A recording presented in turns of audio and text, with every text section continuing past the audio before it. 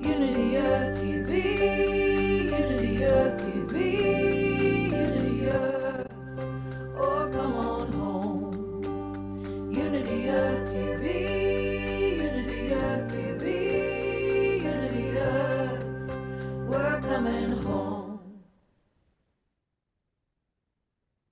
Welcome everyone to the evening plenary for World Unity Week, day 5. I believe it is day 5 on the 99 Days of Peace Through Unity.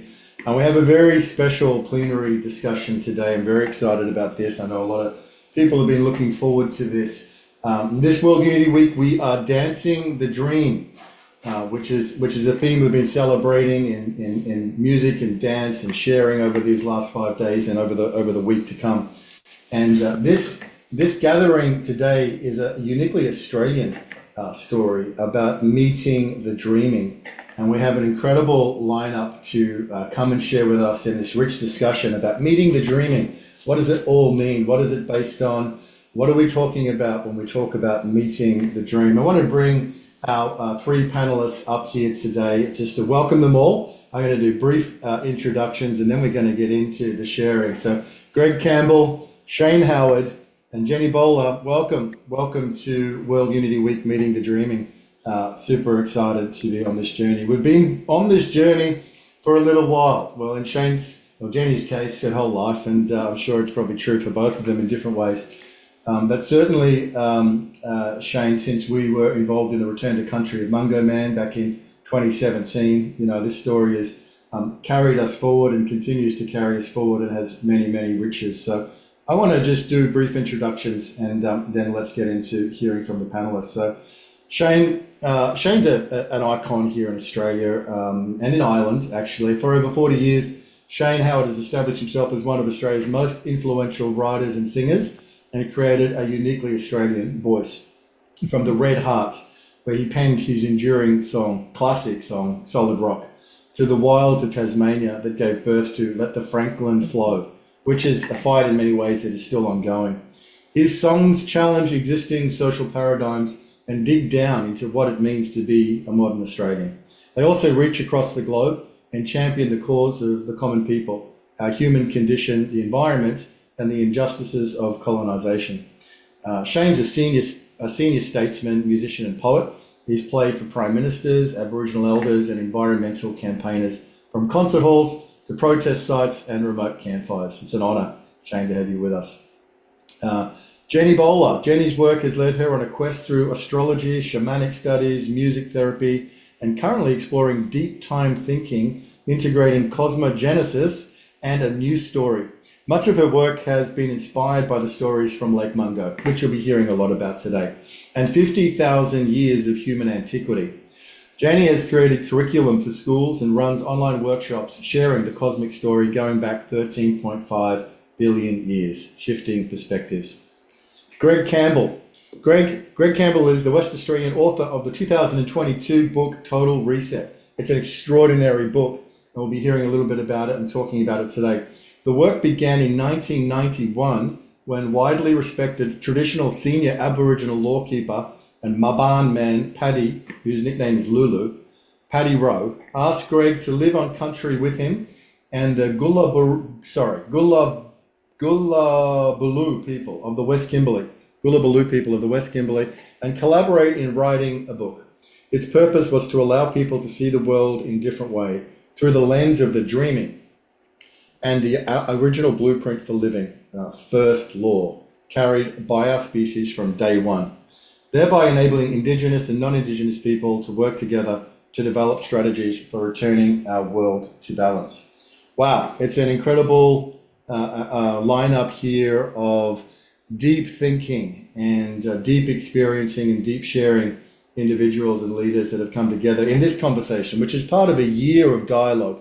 And you'll hear us talk about this year of dialogue that has been initiated by Jim Bowler, Jenny and my father, who encountered Mungo Lady in 1969 and then Mungo Man in 1974. So it's the 50th anniversary of the discovery of Mungo Man. And for this Jubilee year, Jim called for a year of dialogue between Indigenous and non-Indigenous peoples, but also with a strong accent on the non-Indigenous Australians to get our stories, get our stories together and to be able to respond in some ways to the Uluru Statement from the Heart, which you'll hear our speakers refer to as well, which is a very significant document and occurrence that happened here in Australia some years ago. So without any further ado, let's get into meeting the dreaming. We're going to kick off with you, Jenny Bowler. So welcome and take us into it, Jen. It's great to see you and looking forward to your sharing. Thanks, Ben, and what a privilege to be here with the three of you. It's just, it's very exciting. And just back to you, Ben, I know the Mungo story is, you would probably say, is pivotal in you creating all that you've created in your life. So thanks for having me here. I'm going to take us on a bit of a journey from, well, wherever you are right now, whatever country you're sitting on, the presence and energy that's around you, through to the sacred lands at Lake MUngo, and all the way back to the big flaring forth, Big Bang, in 12 minutes. So let's see how we go. So I will share my screen because it's the easiest way for me to be able to endeavour to share that kind of story. Meeting the dreaming, Ben just mentioned.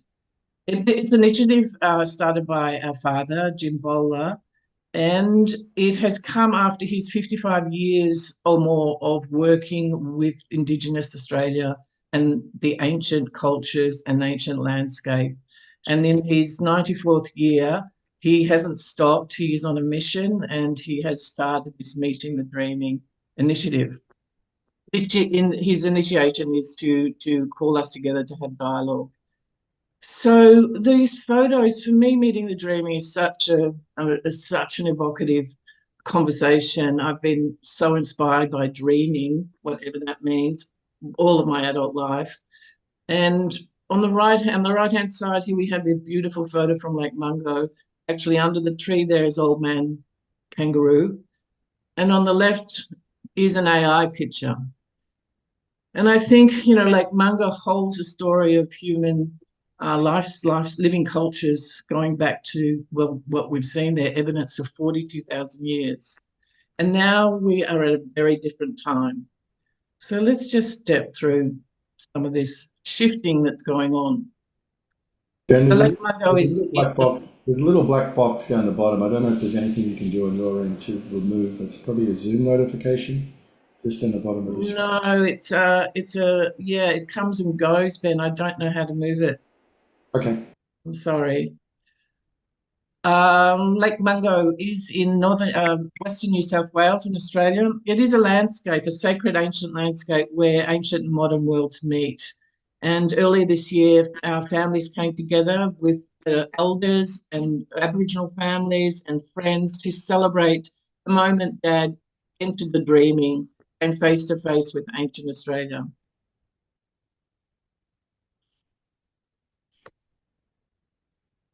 This is what Lake MUngo looks like. It's actually a World Heritage Site that has been recognised for its cultural and natural history. So you'll see that there's no pyramids, there's no colosseums, there's no buildings there. I mean, what do you see? You see what we're looking at here is known as a lunette. It actually is a crescent moon-shaped sand dune that has been created by the geology of this ancient lake. So Lake MUngo has not been filled for 19,000 years. Prior to that, it was wet and dry continuously for hundreds of thousands of years. Mungo Lady and Mungo Man, the arrows are pointing there. Obviously, you can't see anything. So this is sacred land. This was a burial site at the end of this lunette. And Dad used to go to places like this. He'd see them on aerial photos and he could recognize them as ancient lakes. And he knew that the ancient lakes were like rain gauges. They actually captured the changing and shifting of time, of climate change. He's actually a climate change scientist. And we go down into the dry bed and looking at those, what look like rocks and salt bush in the middle of Lake MUngo. which is now obviously dry. Some people actually take boats out to Mungo still, but it's so wonderful to have the interest expanding out of Australia, because a lot of Australians actually don't know about Lake Mungo, and that speaks to our lack of knowledge and respect for Indigenous culture. We're looking closer into those rocks, and we're actually seeing tools that were handled and created by people between 30 and 35,000 years ago. We're on the lunette here, and the erosion, the wind, sand, the rain, the soil, the clay, the sand, the wet, dry, has created these incredible pottery-like features on the lunette at Mungo. And I used to be irritated by that 20-cent piece there, because our father's a scientist. So when he'd take photos, he'd leave things like that to measure time, to mark, to measure, to show us the contrasted lines. And then I looked again with different eyes, and I see that 20-cent is our tools. It's the tools we use to transfer trade, value, money. And here we are looking at tools 35,000 years ago. This is the world we're sitting in, these juxtapositions of understandings. So let's go all the way back to the Big Bang and the extraordinary moment that we're all sitting in here, and all of you on this call would know, or watching the recording later, that we have now, over the last 100 and 150 years, had this incredible explosion of knowledge through science. Science has developed and taken us into this journey of deep time understanding, and we are slowly grasping what this means. So we're talking about the dreaming, and Aboriginal people, and Shane and Greg will speak to this with much more knowledge than myself, but the dreaming was there in the beginning. So let's just moving through our universe in the beginning. We've been swirling since the beginning that flared forth. The universal powers have been swirling and circling and creating galaxies and stars and solar systems, continually moving and breathing. And as Teilhard de Chardin would say, the psychic energy is just rich and dreaming, consistently dancing through our universe.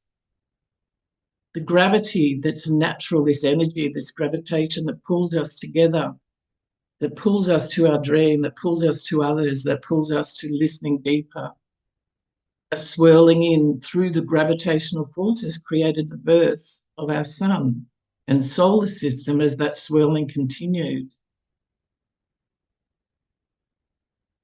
And the spinning, as the earth was spun into existence and created the moon, attracted that moon into this rocky moon, into its orbit. So we continually have these swirling, this spinning. Our earth is doing that at 1,000 miles a day, an hour. And these incredible, extraordinary things being created. This is the world we are living in, and this is now the world we understand we are living in as a global community. So through all that incredible life-giving capacities that is our planet Earth and solar system, we now, on this long journey through human antiquity of 300,000 years and modern humans, maybe 200,000. And in Australia, we know it's at least 70, 80,000. And our father has done some research, potentially taking it back to 120,000 years of singing, dancing, ceremonies in this country. So what extraordinary knowledge First Nations Aboriginal people in Australia and across the world carry.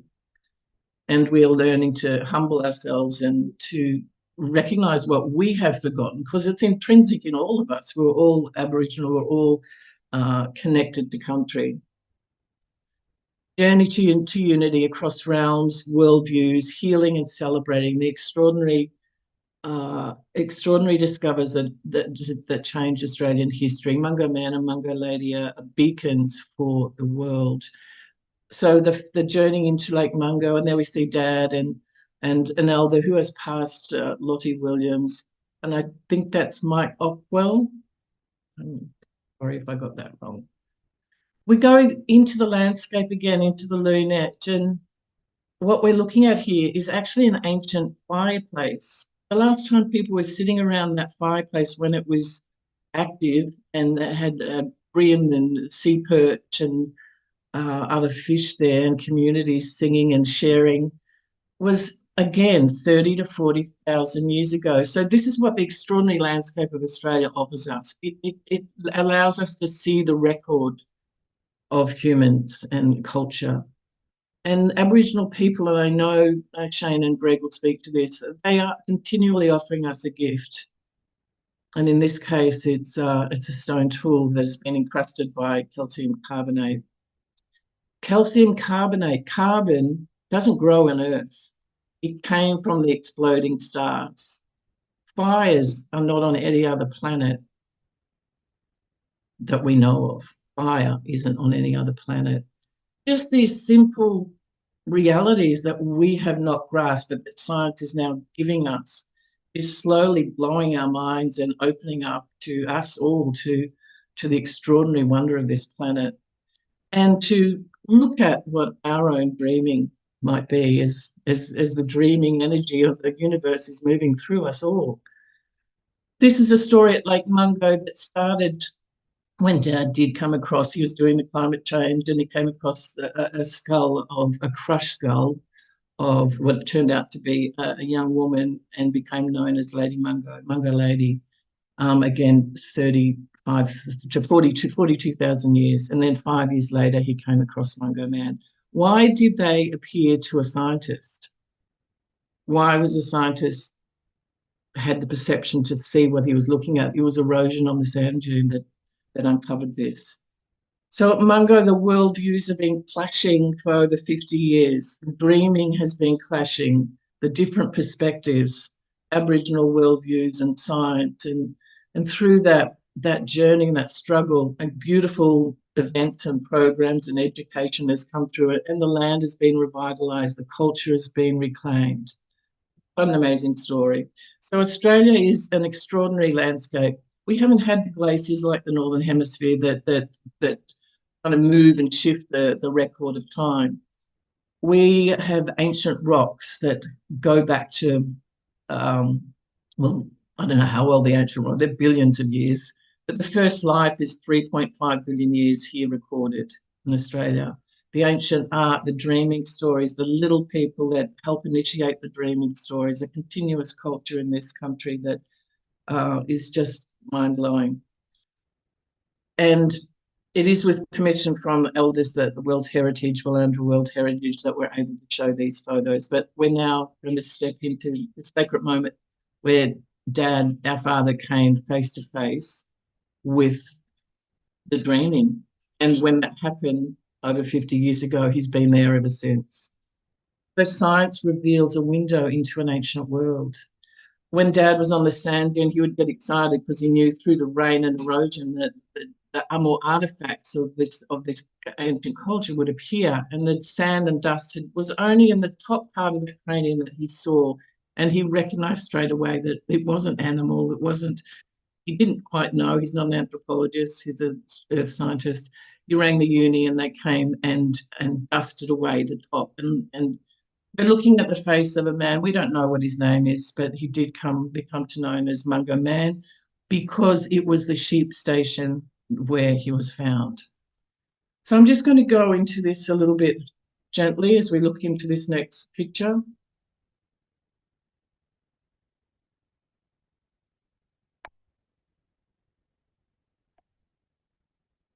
The archaeologists came and they dusted away the top layers of the sand. Within the next year, sheep would have walked all over this person. 42,000 years ago, he was learning, he was walking and sharing his life on that lake. Why has he come back now? Why has Mungo Lady come back now after 42,000 years?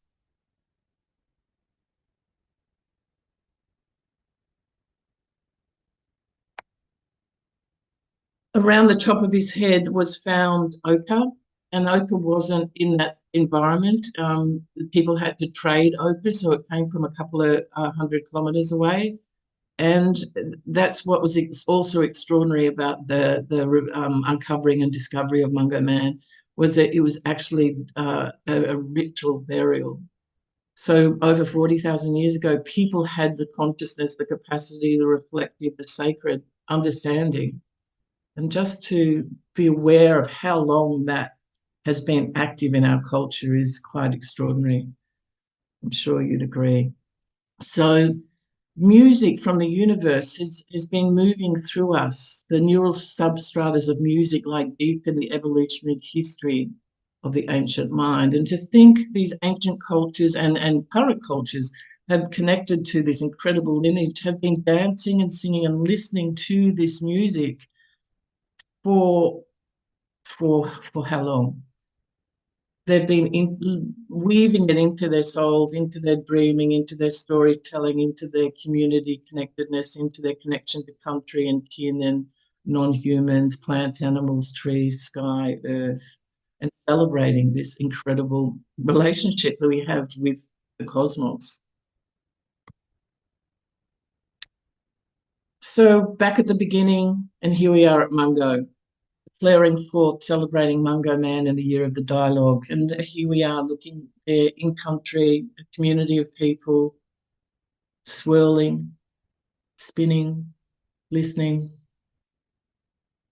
This extraordinary energy that's with us all every day, and just learning how to lean into it, and all of you here that are listening will be feeling and move and let that dreaming move through you, because I see the extraordinary things that you're doing. And for me, it's been just really exciting to go into the deep time perspective and learn more about the cosmic story, the relationship between the sun and the earth, that are in this dynamic relationship where the planets on the earth learn how to work with the sun and create photosynthesis. And the consciousness that's now coming through, and has been for 100,000 years, where humans learned how to develop reflective consciousness. And now we're looking back at the universe that created us, and we are doing this as a global community. Something is happening big, as you in the Unity Earth group, World Unity Week, are talking about.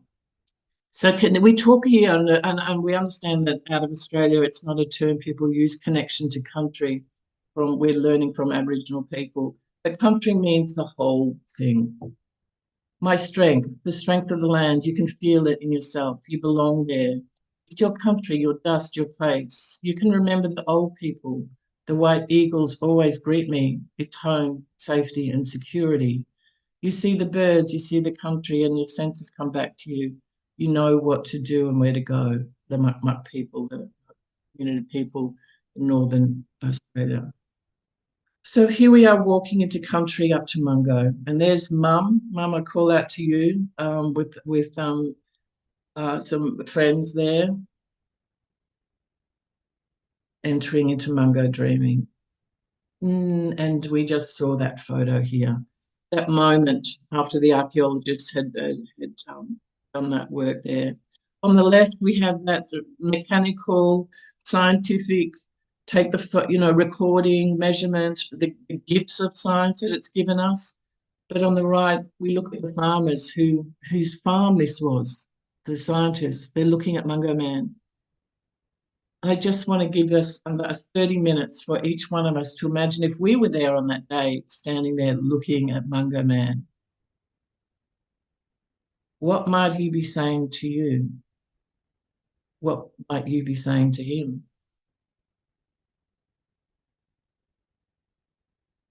Or maybe if we turn that around, if you were lying in the ground and someone found you 40,000 years later,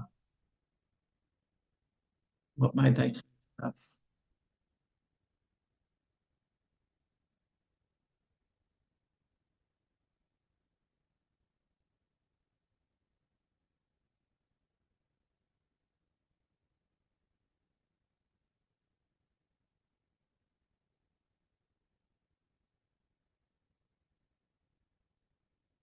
So it was Dad that was there on that day. And a mantra that he will say is, Mungo Man says, "What have you done to my people? What have you done to my land?" He talks to Mungo Man all the time. I've been very blessed to have time on country and around Aboriginal communities, and I also learnt that I needed to find my own dreaming, and I'm very grateful for the experiences that I've had. But I did have an amazing experience when I was in this country here in Bunaba country with friends, and I saw in a moment where the community dance, the snake dance that they saw in the cave, that was the Tunnel Creek, that was people's totems, that was created in the art, that was sung, that was in the sky, and the rainbow serpent. And suddenly everything's interconnected. The whole picture comes into shape. The land, the community, the singing, the ceremony, the art. It's extraordinary, the dreaming, meeting the dreaming. And we've been so blessed. Well, it's been a very long struggle for people who, as we all that are working in these areas, where we're bringing these different worldviews together and learning from them and unlearning. And Dad there with Shane Kelly early this year. And the story, we're taking this story out. We're really grateful to people like Janice Hall and Connie and Andrew who are presenting after this, their extraordinary work and their travels here in Australia, which I'm really looking forward to. And Ben, who created this amazing event as we take the story out at MUngo, guess where the first meeting comes up? It pops up at a waterhole. So Thomas Berry, the historical mission of our times is to reinvent the human at species level with critical reflection within the community of life systems in a time developmental context by means of story and shared dream experiences. So together we're creating this space, and in Unity Earth and World Unity Week, you're doing extraordinary dreaming and dancing and sharing the dream. We're doing it. Brian Swimm's written a wonderful book, Cosmogenesis, and there's a quote from that. Like the Paleolithics who were struggling and learning with their reflective consciousness and symbolic thinking, we do not have an engineer's outline for how to proceed. But instead, because we are in trance, we have the courage necessary to take our first tentative steps. Though fitful now, these feelings will become stable in the future. And when that happens, Immanuel Kant's dream will have come true. We will have evolved into new beings who have learned to see the whole earth. So our dreaming is carried. And I just honour all of you who are here, and especially these amazing people that I'm sharing the panel with. I'm so looking forward to hearing from you and Connie and Andrew after. And may you enter your dreaming and live it fully. And remember, you too, we all are, we're cosmic beings. I'll just leave you with one quick story. In the Big Bang, there was a billion and one particles of matter, and there was a billion particles of antimatter. When they exploded, they then collapsed and immersed with each other and counted each other out. Matter and the antimatter blew up into light. But there was a billion and one particles of matter. And as all those billions blew up into light, there's one particle left for every billion that was matter. And that matter is what's created us. So the dreaming matters. Thank you.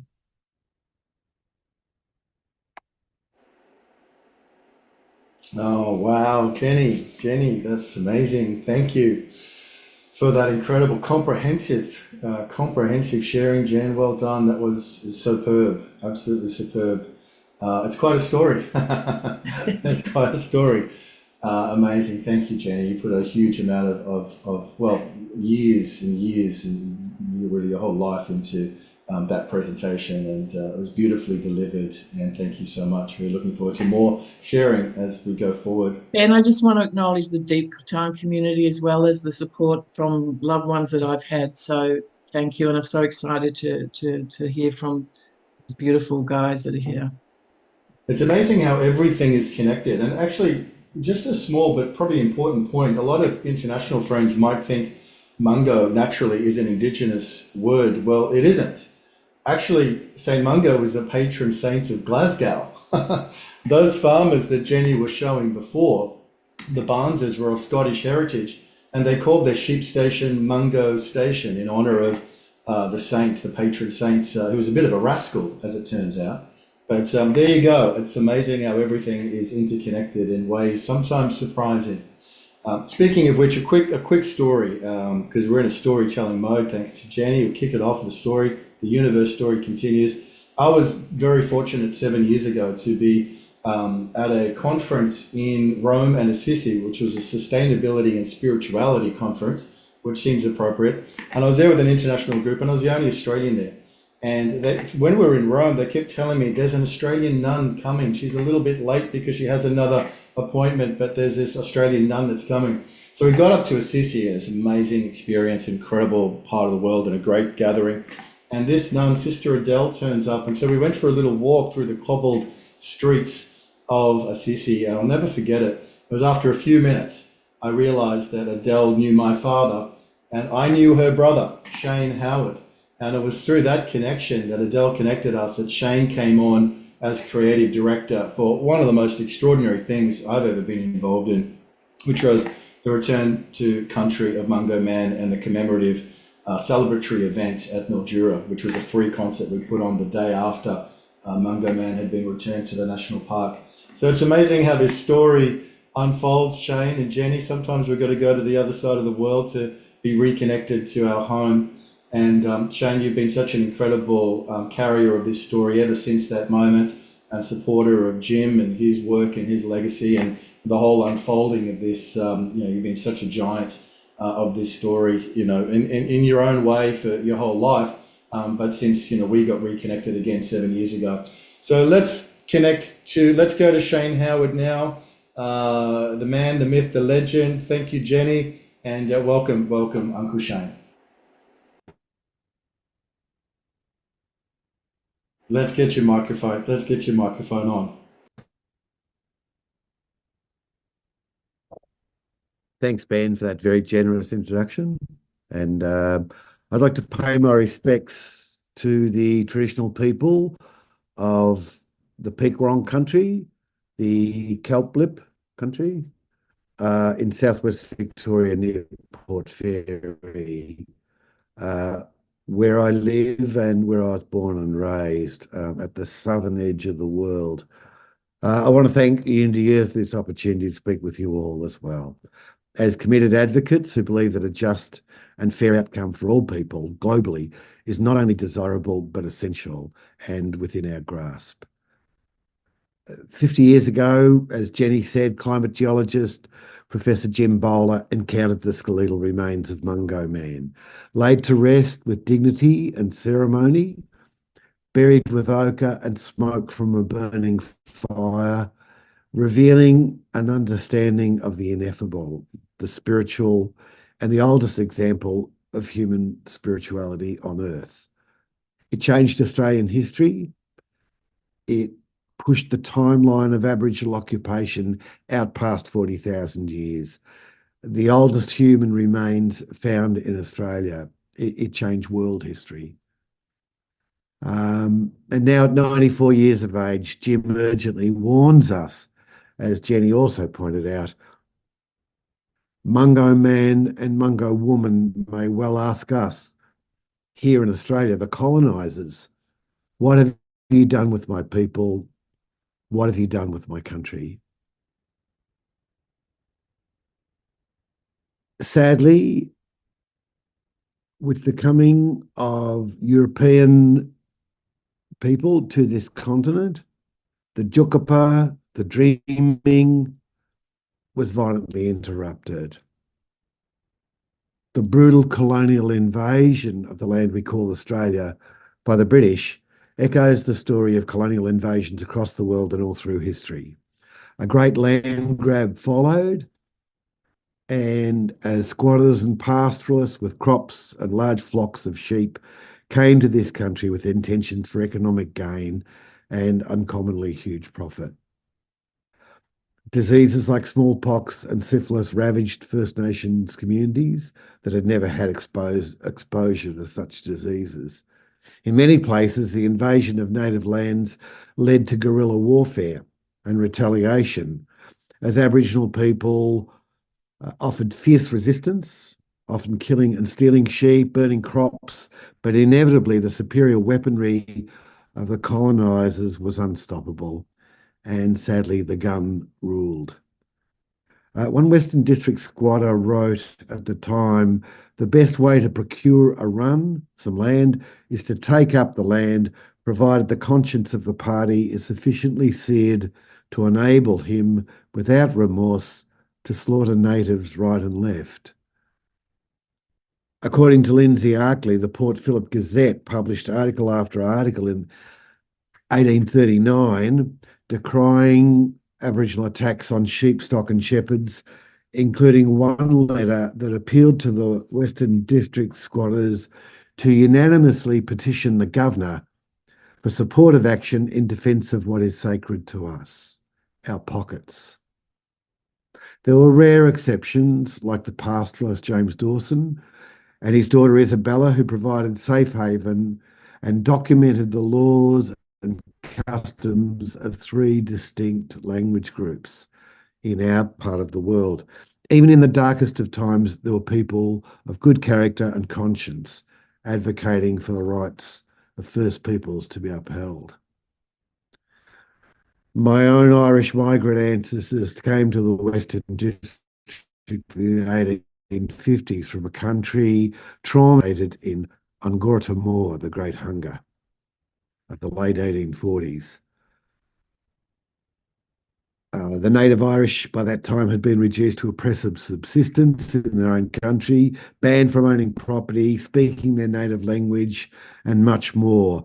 Reduced to dependence on the potato crop, which failed cataclysmically in the mid-1840s for about 3 or 4 years because of a blight that rendered the potatoes rotten in the ground.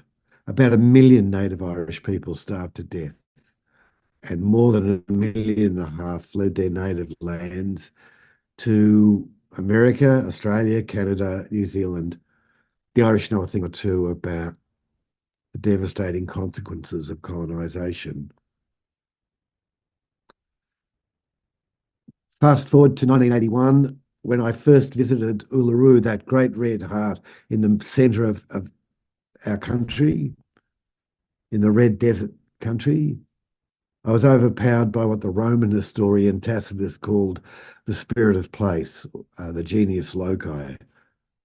Uluru is full of stories like the Old Testament, but much, much older, and embodied in the country, in the rock and on the rock.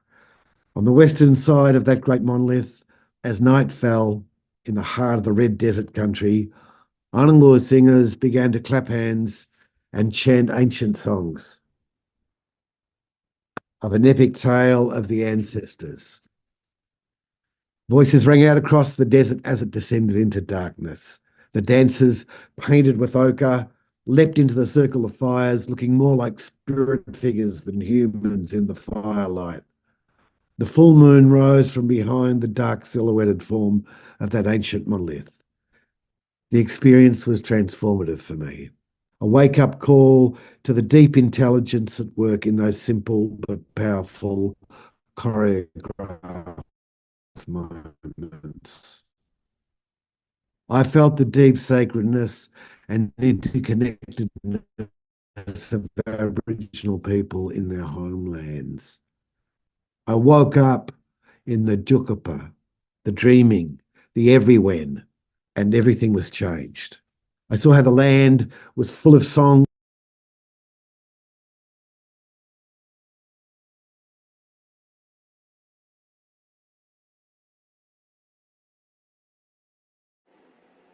Shane, we just lost your vocal about 3-4 seconds ago.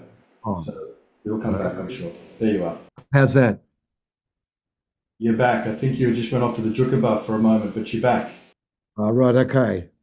Well, everything was changed, as I said, in that moment and in that experience. I saw how the land was full of song, story, ancient drama, history, sacred lore and mythology, as well as eminently practical day-to-day considerations. It was a cultural and political awakening, and it propelled me to write the song Solid Rock, Sacred Ground. recorded with my band Goanna. That in turn led me deeper into Aboriginal Australia and a lifetime of relationship. That in turn, that continue right across the country, enriching my understanding of how to live appropriately in this country as an ally and not as an intruder. I camped that night under bright stars beside Uluru, lying on a swag on the red earth with stars above for a ceiling and softly spoken Aboriginal voices washing around me, speaking Pitjantjatjara. The next morning, I woke up in someone else's country, in MUngo country, in the other Australia, the real one. But I had been made feel welcome. Big questions rose up out of the country like aquifers. Popular history maintained civilization had come to Australia with Europeans. I had to disagree. The Aboriginal Australia I witnessed had a permanent sense of settlement for 65,000 years, as well as sophisticated organisation in the way that clans and tribes and nations had real definition, laws, languages and boundaries. Some songlines stretched for thousands of kilometres right across the country. Decades later, Yuval Noah Harari in his book Sapiens wrote, "There is no evidence that people became more intelligent with time. Hunter-gatherers knew the secrets of nature long before the agricultural revolution. Hunter-gatherers lived more fulfilling lives than farmers." In the wake now of the bitter disappointment of the majority no vote in the Voice referendum last year, where a simple majority of our nation rejected a very generous offer from First Australians to clarify our relationship, all people of goodwill must now be resolute in our commitment to pursuing just outcomes for First Australians. We mustn't forget first principles. This country that we call Australia was brutally and illegally stolen from First Australians without treaty or compensation or accountability for the unspeakable crimes against humanity. The prosperity we enjoy in this country comes on the back of immeasurable suffering, misery, and continuing hardship that First Nations people have had to endure in their beloved and ancient country for far too long. We brought the trouble. The consequences continue to resonate down the generations. All of us in this country, not of First Australian descent, must own the grievous errors of our history. There are terrible stains on our national character. Small-minded racism, meanness of spirit, and outright greed diminish us as a nation and lead us down a vortex of moral and practical paralysis. Continuing to sweep our history, our bad history, under the carpet will not make it go away. The planting of the Union Jack never changed our law at all, sang Yothu Yindi in their song Treaty. There was already an ancient law in this land when Lieutenant Cook first set foot here. Here we are as Australians, descended of migrants of many cultures, living on Aboriginal country under the ultimate jurisdiction of the English Crown. How do any of us non-Aboriginal people make sense of ourselves and who we are and what we're doing here? How do we reconcile the past with the present and the future? How do we deal with living in a nation whose legacy to us is one of conquest? How do we face up to the immoral dispossession of First Australians? Some days I get disconsolate, thinking about what happened in this country. It is such a deep sadness. The massacres, the disease, the neglect, the way that people were dispossessed in their own country, rounded up like cattle and herded onto reserves and mission land. The moiety system collapsed. The world they had known, the law you had lived by for tens of thousands of years, destroyed in the fastest land grab in world history, says James Boyce. in the Western District of Victoria, where I live, an area the size of England was overrun in about 3 or 4 years. It was much the same as the violent invasion right across the country. Reconciliation is not simply about empowering and creating opportunities for First Australians in our inherited Western economic and political framework. There's more to the journey than that. Equality and justice imply that it must be a two-way process. We, the intruders, must also adapt to First Nations ways of thinking and being. And I'm sure Greg will talk more about that soon. The great Aboriginal songman Archie Roach and I talked about having to build bridges to each other between two very separate worlds. Our hope was that our children and grandchildren would in time be able to cross those bridges to each other with ease. Change is happening, but it's slow. The challenge is to keep building the new way forward. Many of our tertiary institutions have begun to acknowledge the value of First Australian knowledge systems and the cultural practitioners. But for too many First Australians, rural, remote and urban, life is still too hard. I'd like to finish up by returning to where we began.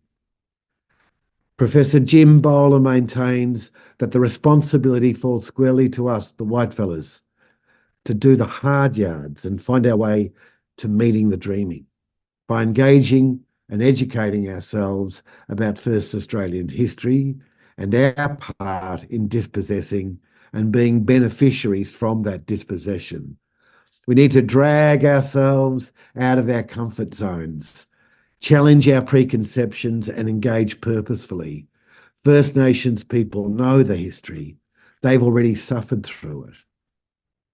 There are good reasons why First Australians are the oldest continuous culture on earth. It wasn't by accident. No society can survive unless people are, to a large degree, content and indeed happy. I have been changed by Aboriginal thinking, and so has my family. Makarrata is a Yolngu word meaning a coming together after a struggle, facing the facts of wrongs and living again in peace. Surely the most important place to start is with truth-telling.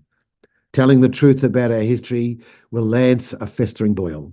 Historians and truth-telling commissions are slowly bringing that history into the light. This in turn will lead us to consensus and meaningful treaty making and the establishing of foundational documents that define our shared responsibilities to each other and to country. This in turn will lead us to the third pillar, which is to embed this true history in our education curriculum, as Jenny well knows, at primary, secondary and tertiary levels. In this way, a consensus about Australian history can be shared by all. Finally, we need to reconcile with country, to make our peace with our natural environment and all the deep cultural layers of history that come with that country. Learning to respect country and live sustainably and mindfully. My dear friend from Arnhem Land, his father told me the story about how his father had tree dreaming. And such was the depth of that responsibility that he wouldn't even break a dead branch from a tree for a fire.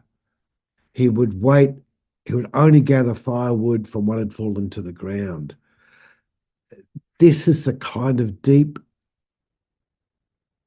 responsibility and respect for country that we all have to engage in. We'll all reap the rewards of such decency and justice and common sense. So it's up to all of us to engage, to take on board a First Peoples holistic understanding of this country with its deep history and culture, its philosophy, cosmology, and spiritual, creative, economic, and scientific knowledge. There is so much healing to do, and we need to do the hard yards now. I know there's a lot of people in other countries possibly going through similar kinds of experiences, or who have already been through these kinds of experiences, or are yet to go through them. We also need to heal ourselves in this country for our egregious past. It will enrich our lives and our society. It will give us a pathway forward. Being the beneficiaries of historical theft will only condemn us to a life without virtue or meaning. It's up to us as migrants and descendants of colonisation to do the hard work, to make a conscious journey of understanding the wrongs of our recent history, and to grapple with an Aboriginal way of seeing this country we call Australia. This is what decolonising looks like. It is hard. It will hurt. It will break our hearts. It will make our hearts.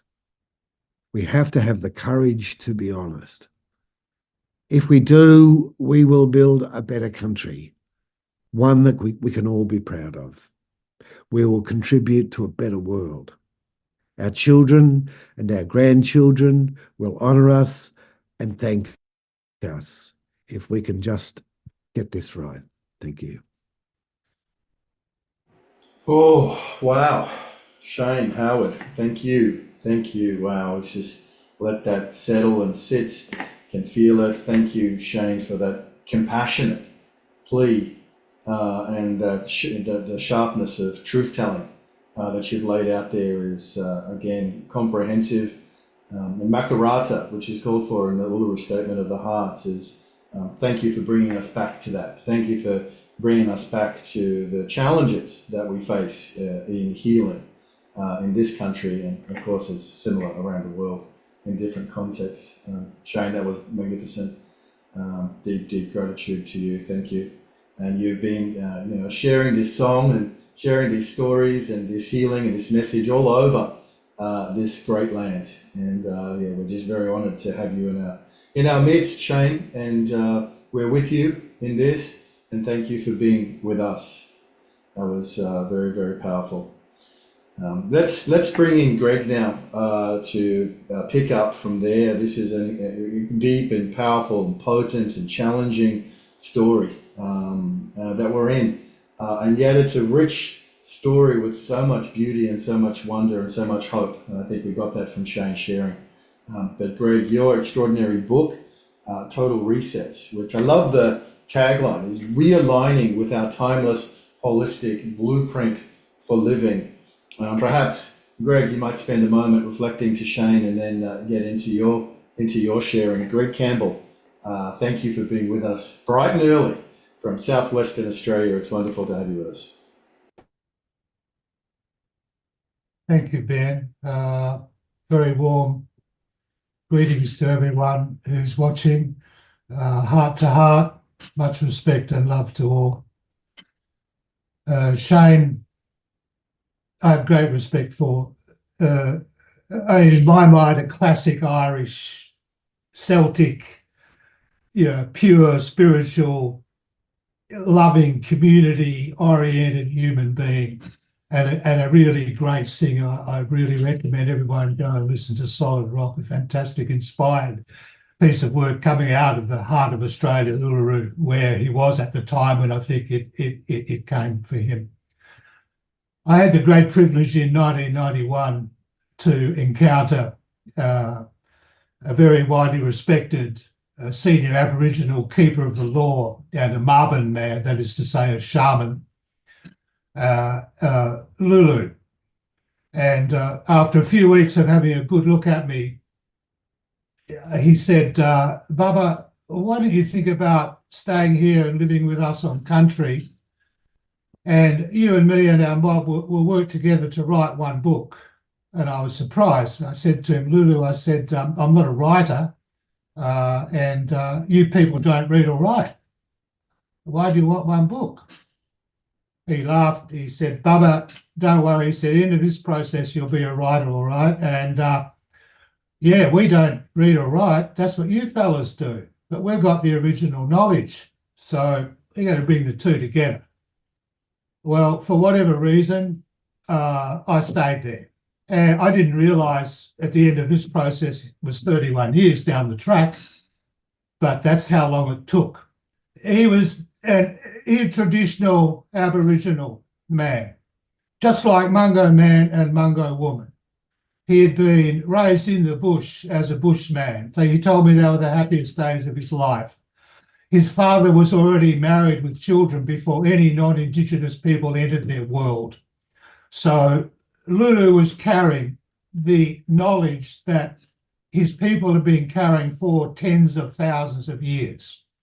So you can imagine it'd be like if you're an American living for 31 years with one of the great shamans of the Indigenous people of America in the 17th century, you know, just before any white people entered their land.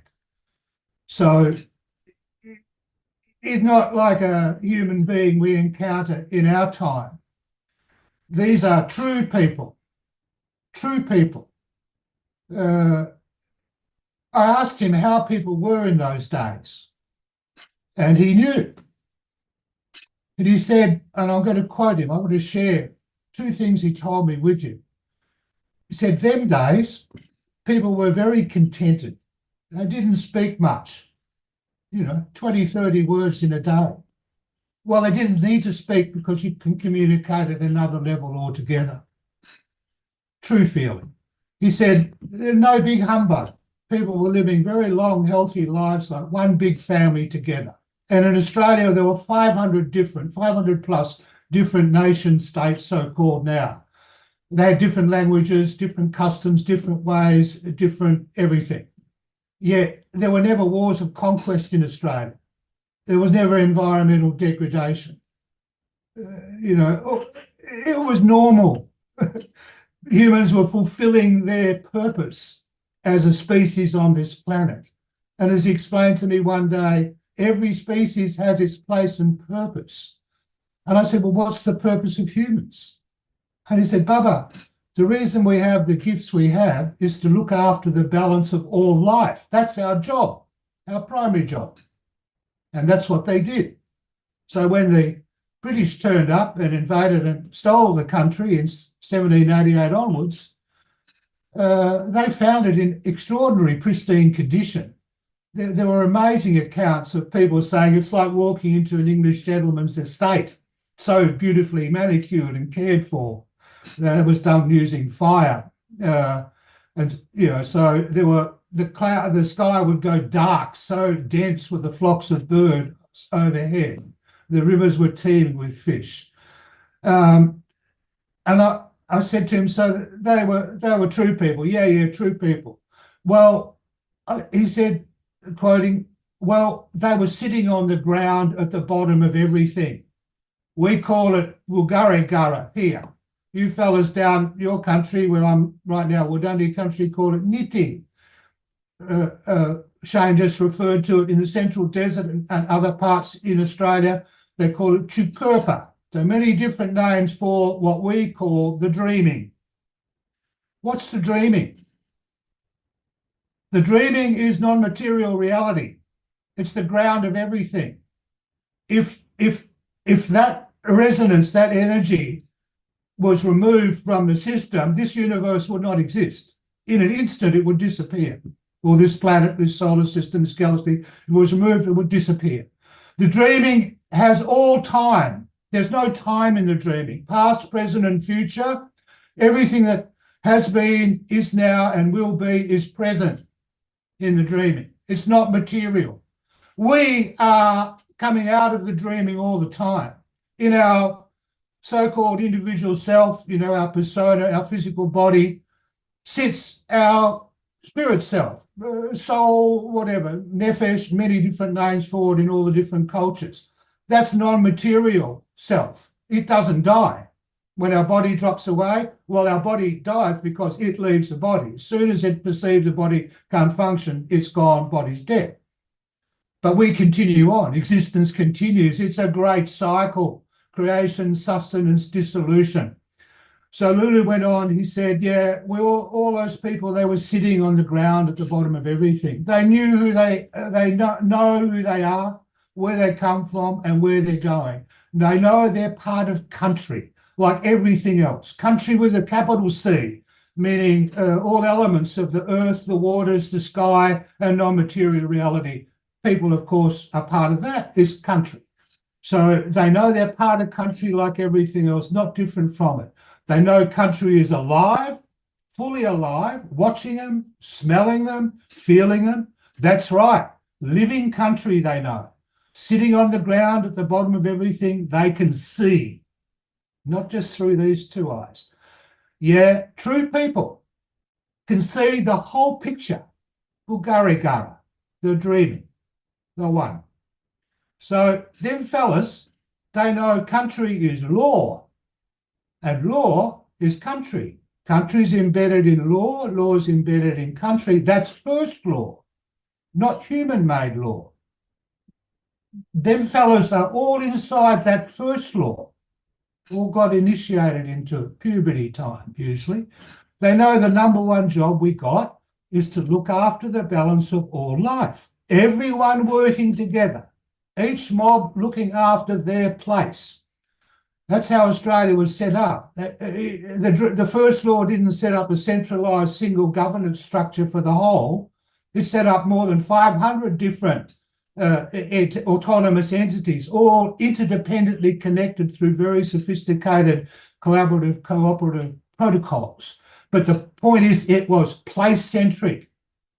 You can't have centralised government and get the system to work. Each mob has to look after their place. So it's place-centric, it was spirit-centric, and it was kin-centric, because in the dreaming, you see all the connections. It's all about relationships. It's not about value as money. Value is relationships. That's how the system works, this whole universe. First law. So he said, yeah, that's number one, looking after everything the proper way. To do that, got to keep our lian strong. And he would rub his hand around his belly. Got to keep our lian strong. Yeah, that's where we're connected proper. We got true feeling then, and we know the dreaming, and we work with that one. Without working with that, I mean, what human being, what people created this planet, this system, this universe? Yeah, great power, great intelligence. I mean, superb creative energy is just bubbling through from the dreaming all the time. In fact, it's nothing but really the play of consciousness, the play of energy. When we look at a tree, it looks very solid. We can tap it, we can smell it and so on. But if you look at it through an electron microscope, there's nothing there. They're just, wave particles flashing. That's mostly empty space. That's the nature of this materiality. So our senses, I mean, we can't see even with our senses. Ask an eagle, can they see? No, can't really see those fellas. Ask a dog, can we smell? No, we can't really smell, very limited, yet we think we're perceiving everything. Now, thanks to modern science, we're starting to see more and understand more, but we're not seeing through here. We're not seeing through the eye of that one, the eye of the universal creative power, which they refer to in Aboriginal Australia as the rainbow serpent, in the Indian system as the Kundalini, the great Shakti, or in China as the dragon. I mean, many cultures have many names for this thing, and it's all there all the time in everything. Our oneness is our connection with that power, the fact that it is us. We are sacred, we are divine, and it doesn't matter whether we're the most magnificent human being on the planet or the worst. Everyone is sacred, everything is sacred. The trees, the birds, the rivers, the waters, the entire thing. The wonder of people like Lulu, who regarded himself as a completely normal human being, is that they lived in that space. It's a direct experience. It's our potential. It doesn't have to be invented by the mind. All we have to do, as Lulu said, is go and sit on country, be with country, go to the place that pulls you in and holds you there, and sit under that tree or next to that rock or beside that river, and don't think. Don't try to do anything, just be there. You know, Aboriginal people never say, I sit and meditate, but you see the old people all the time sitting in meditation quite naturally, eyes open or closed, always in a half lotus posture, by the way, for those who follow the Vedic traditions, but not because they think it's a normal posture. It's one of the very good postures to sit in, they discovered. Over 65,000 years, they say a lot longer than that people have lived on this planet. You know, you learn a lot and you understand a lot. What doesn't work isn't held. What does work is held. But beyond that, Lulu told me unequivocally that human beings, when we came into existence with first law, with the knowledge of our place and purpose on the planet, how to behave with one another, with the natural world, our links, our relationships with everything, all that knowledge we carried from day one. And the reason we're in trouble is because we've become disconnected from it. So there's the old man there explaining how we all need to work together. There may be some more slides there of the old man. So there he is there, 1991, 92, when the work started. There he is there, Lulu. Born 1912, passed away 2001. His father, Bowler, was also, and his brothers, Joe Nangan and George Jungwin, also very powerful Marban men. These are all true people. And he said to me, that not that we were special, that's how people are. You know, people like this, true people. We're all true people, in fact. There he is, besides that's Legia, I think, one of the ancestral creative beings, a symbol of, you know, a rock form in the story from the dreaming. She became that and other things. So out of the dreaming right now, everything is manifesting. It's popping into and out of existence every, you know, nanosecond. Like when we're watching a movie, you know, it's comprised of, 36 frames a second or something, but we don't see the individual frames. We just see continuous reality. And that's, in fact, how it is. There's the old man, Bindi Yangon, with me in 1992. We'd been working together for about a year. And he's telling me one of the dreaming stories, how something there came into existence. It lays out the law, first law lays out the moral code for human beings, correct relationships with kin and so on. There is collecting berries in the vine thickets near Walmadani, north of Broome in Western Australia, from the West Kimberley region of Australia, a very remote region in the northwest. Vine thickets came from the dinosaur days. A lot of dinosaur footprints. In fact, the biggest dinosaur footprint, plethora of footprints in the world, in the reef system just there, which they knew about for a long time, of course, and which, and there's a big story for that, Marala, the emu man. Lulu was very kind. He was as tough as steel, and on the other hand, he was so kind. Being with him was like being with a 5-year-old kid most of the time. We spent so much time laughing and joking. He'd be talking about something really deep, you know. Great philosophers, Aboriginal people, very, very natural for them to, very curious and very bright, highly intelligent. And not at all the way it's pictured, you know, in the modern world. They're fantastic human beings. And I'm talking here about before the, you know, trauma, before the horrors, before the genocide, before, you know, multi-generational, it goes on and on. You can't see your country literally taken from you and 90% of your people slaughtered, population going from, you know, 750,000 to 1 million people down to 90,000 in the space of 120 years, and see how the country gets poisoned, the whole thing gets wrecked. You can't go through that and expect the kids a few generations down the track to forget about it and just behave, very nicely and so on. That's genuine massive trauma and pain and suffering. And that's the state of things in Australia right now. Lulu witnessed genocide of his own people, 50 or 60 chained to a tree, old men, women, children, and burned alive. But he still didn't carry anger. He still didn't carry bitterness or resentment. He's sitting on the ground at the bottom of everything. So he knew that means people must learn to walk together. And so he set up a trail, the Lurujari Heritage Trail, where people can come and walk for 9 days and nights with the Gallarablu people camped out in the bush and learn something about those things, but most of all, experience the power of living country. And at the end of every walk, he would always ask me, Baba, can they see? Can they see? Yeah, Lulu, very typical of the many great elders that inhabited Australia and still do.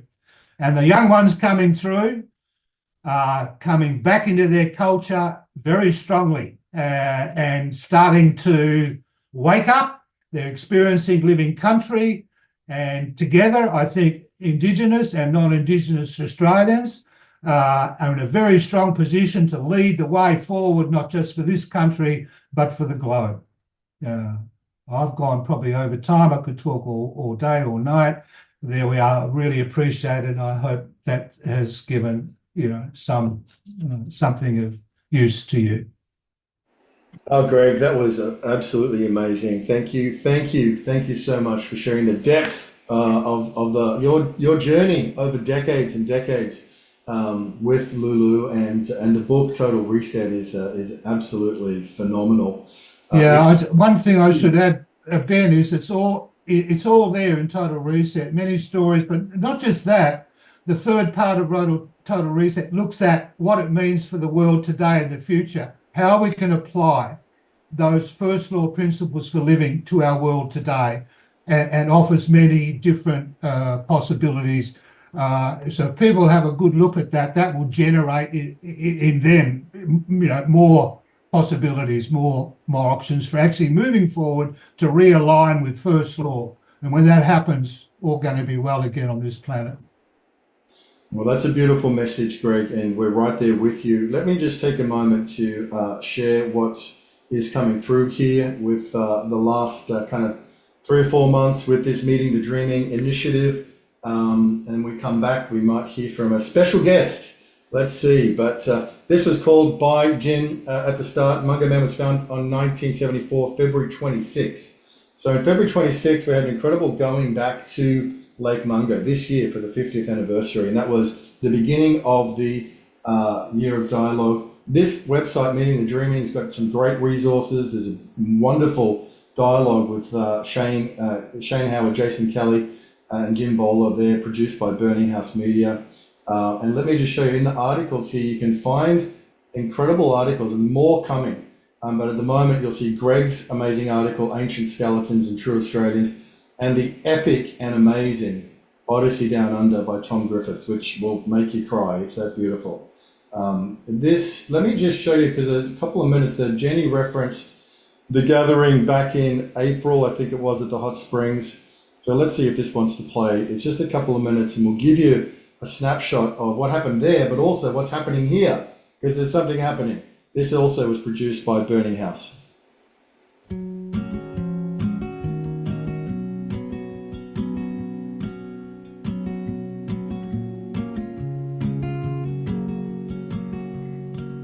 We're here at an event called Meeting the Dreaming. It's at Jim Bowler's invitation, and we are here helping him to continue this conversation about how Australians come to terms with living in this continent, with its rich and confronting history, but also what does it mean, the dreaming? The elements of it, I think they're almost indescribable. They kind of break the genres. We've been sitting around in circles, we've been up on a panel, we've been listening to music, tapping our feet, dancing, hugging, connecting with people we didn't even know we were related to.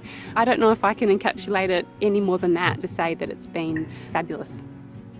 Jim Bowler's challenged us with this theme of connections to country. To be a part of this great family of Australians, we have to know the history, and I cannot think of a better place to ground that story than Lake MUngo. My grandmother spoke about Mungo as being a place where the breath of the Greater Spirit is still alive and tangible today.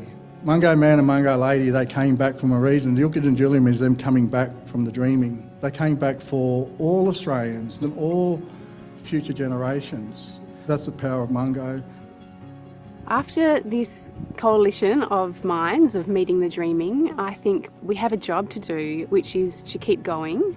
The First Peoples who've been here with us in the last few days have really been incredibly generous at offering some things to us, which we need to now step up to and take on. So this is not just a 2-day event, it goes on, and I think this is the task for all of us, to keep moving in this way together.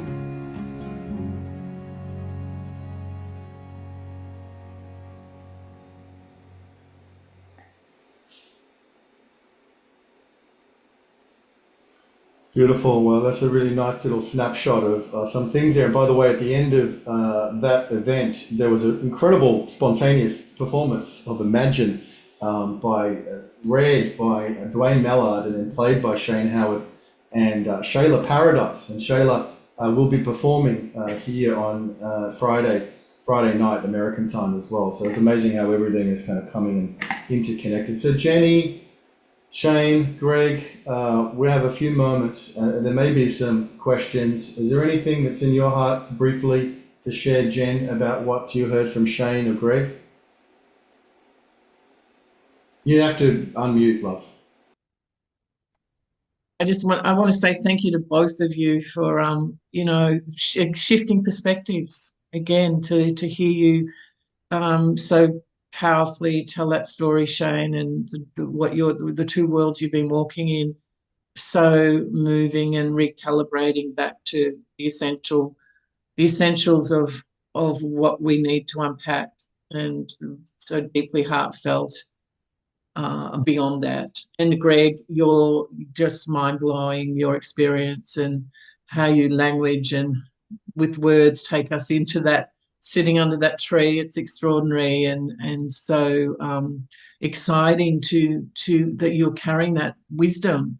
What a gift for us to be able to access that through your book. And I know, Shane, you're working on a book which will be amazing for Australia. Both those books will be seminal books if we can get them out. But finally, I just want to finish with my acknowledgement of Dad. I don't know if he's going to turn up here, but also the Barkindji, Niampa and the Mutti Mutti communities and peoples at Lake MUngo who have enabled us to tell this story, and us personally, my personal entry into this world has been through Lake MUngo and the incredible gift, not only the people and the community, but the landscape. Thank you. Thank you, everyone, for sharing this with us. Look who you've manifested, Jennifer. We have here the man himself. Dad, good morning. I hope you've been enjoying this discussion, and we'd love to hear from you. If there's anything you wanted to share, we need to get you unmuted. Let me make that happen. So, Dad, obviously this has been an incredible rich sharing by Shane and by Greg and by Jenny. Very, very beautiful. Would you like to offer your reflections? Dad, of what you've heard, or anything else you want to share? Yeah. No. You have to unmute, Dad. You have to unmute yourself.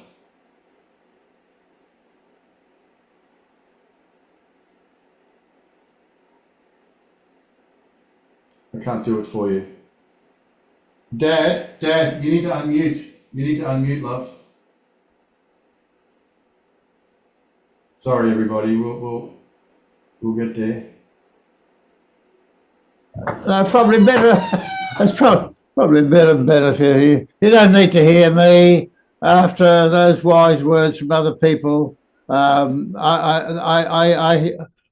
very grateful for participation, but it would be surplus of me now to add to the richness that's already been shared between us. That's I've had my time, Ben, and this is the moment when others will have their say. And I'm grateful for where we are, and I will listen to any further dignitaries that. But I think I've had enough to. I've heard so much, Ben, of wise words, and I'm very grateful for that. And it would be superfluous for me now to add anything more. Well, let me ask you, what did you think of Jenny's presentation? Sorry? What did you think of Jenny's, from the Big Bang to Lake MUngo? What did you think of the story? Oh, look, I think it's great to have that synthesis. They're great stories. I can't add more to the great story. The story stands for itself, and Jenny put it together in an eloquent and visionary way. So for all of that, I'm very grateful. And Dad, what about your reflection on Shane's sharing and Greg's as well? No, we'd just like to hear your thoughts and your reflections on what you've heard today. That's all. Oh, no, Shane and Greg, who have come to the world of Lake MUngo, who have come to expand the stories that I began, to have those men of substance and empowering or adding to the significance of the small work that I have done. They have expanded and magnified and communicated to others in a much more efficient way than I'm capable of doing. So for both of Shane and Greg, a debt of gratitude to you both. Beautiful. Thank you, Dad. Thank you, Dad. Well done. Well done. And Shane, maybe just as we wrap up, we have Kurt Kruger, who might have a question or a comment, a quick one, Kurt, in a moment. But maybe just Shane, as we start to wrap this up, any final comments or reflections from yourself? Shane might be frozen. Greg, let's go to you. Any final comments, Greg, from yourself, or any reflections?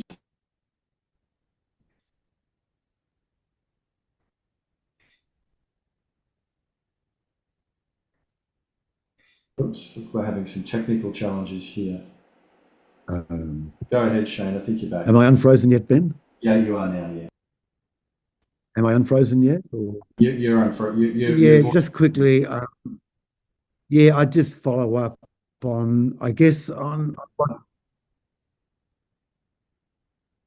I just follow up on what Greg was saying.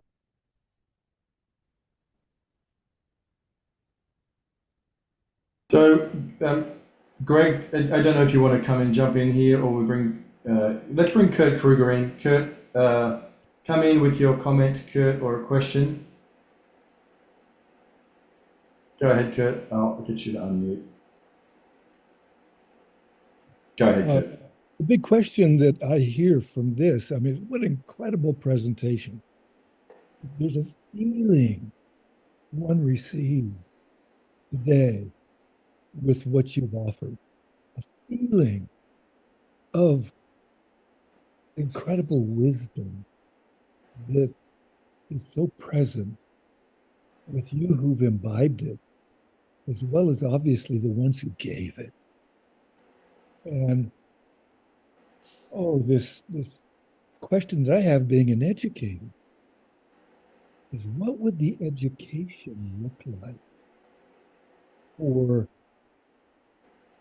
the Aboriginal peoples to merge their wisdom with these people that are seeking to manifest real education.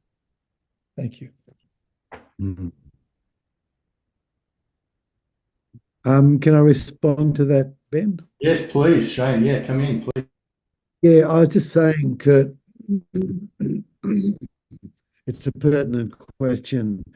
What does it look like? I think for us in Australia and possibly places like Canada, America, maybe there are other places, the truth telling, those things are really important to get done first. the facing up to the brutality of our kind of modern history. The Enlightenment may not have been an Enlightenment at all. What does it look like in educative? I think that's for educators like Jenny and others to formulate, and for First Nations people. But one of the things Greg says that resonates for me too is the humour of Aboriginal people and this capacity to enter deep sacred ceremony, and then bang, it's straight away, as soon as you've sung that song, it's back to humour again. And it's just good humoured engagement. But then enter bang, deep down into sacred contact. And Greg articulated that beautifully.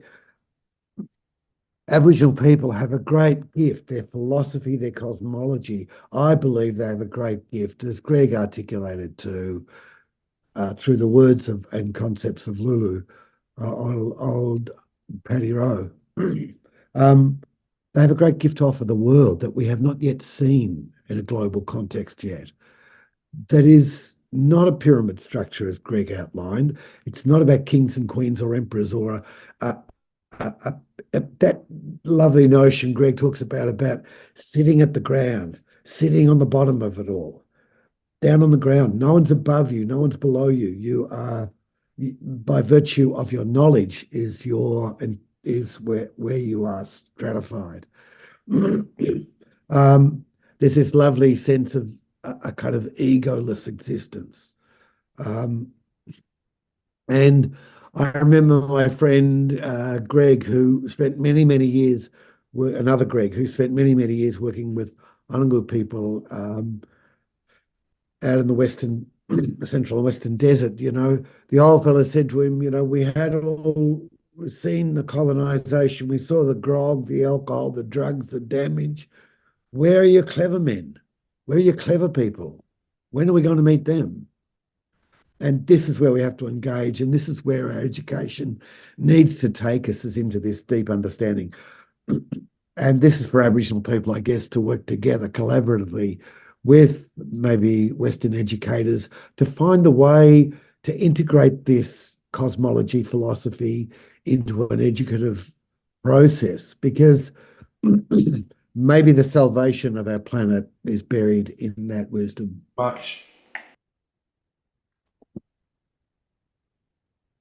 Thank you, Shane. Thank you. Beautiful. We caught that and very powerful. We're going to bring Peter Blaise Corcoran up too, just for a moment, to speak to the question Kurt had.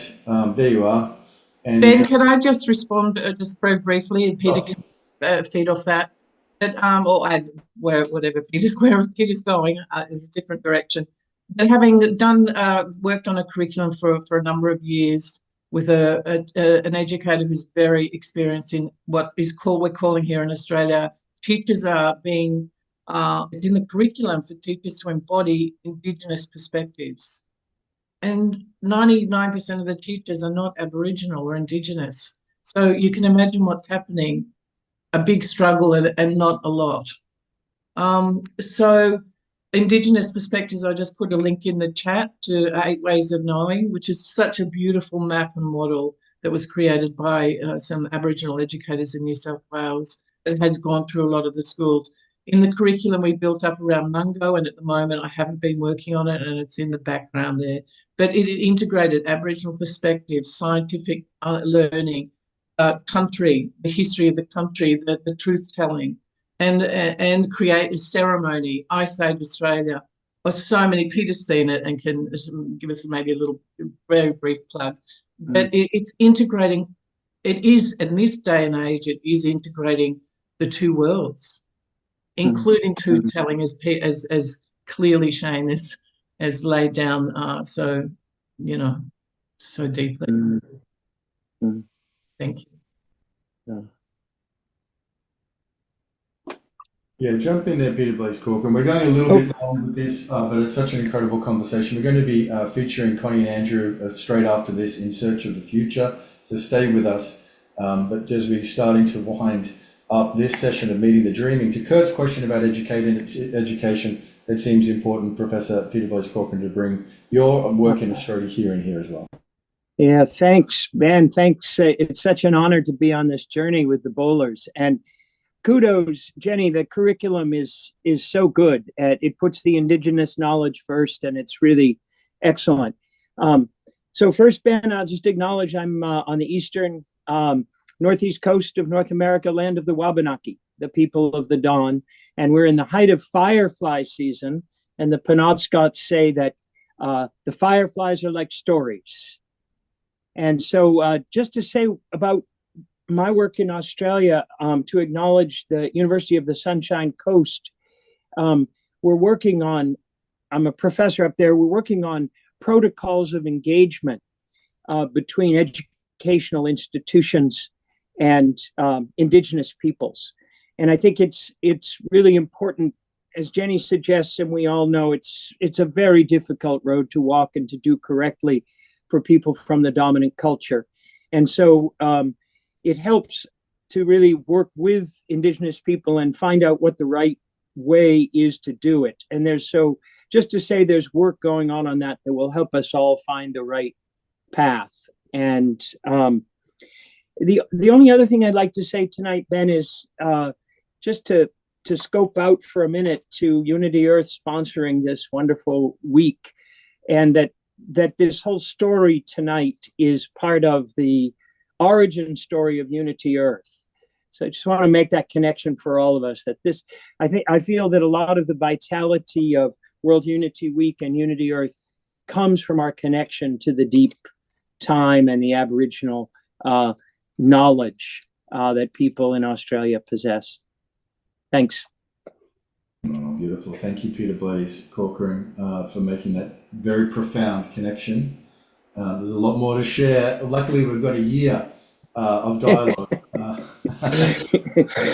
Speaking of origin stories, we can't really finish without bringing Joan Bowler in here, just because of the beautiful background that she's got. But Mum, we're over time, but we want to hear from you. Please, a word for Greg and Shane and Jenny. We'd love to hear your reflections. You look beautiful. Love the background, Mum. Wonderful session on meeting the dreaming. With deep gratitude to Shane, Greg, and Jenny for your time and preparation of this. But let's give you, Mother, the final word. Well, as people would recognise, the background is at Mungo, on country, which is a marvellous and beautiful and sacred space. Look, honestly, I'm speechless really with what the presentations were today.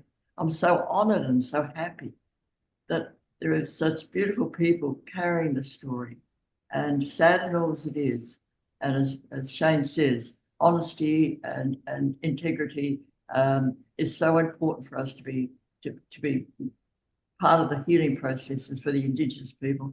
And Greg, you're an absolute actor of note, I'd say. You're wonderful the way you've expressed your experiences. And of course, with dear Jenny, I'm always proud of Jenny. She keeps moving forward with Mungo. And I suppose from Jim and my point of view, it's just so wonderful to have people helping lift the story of Mungo up to a point where we had really needed all this expertise to come forward for the good outcome. And I cannot help, Greg, but to go back to your comment from the Indigenous person about sitting on the ground at the bottom of everything. I love it. I think it's just such a feeling of allowing us to be playful and quiet and beautiful and kind. Thank you. And thank you for all of you who have been present here. Thanks, Ben.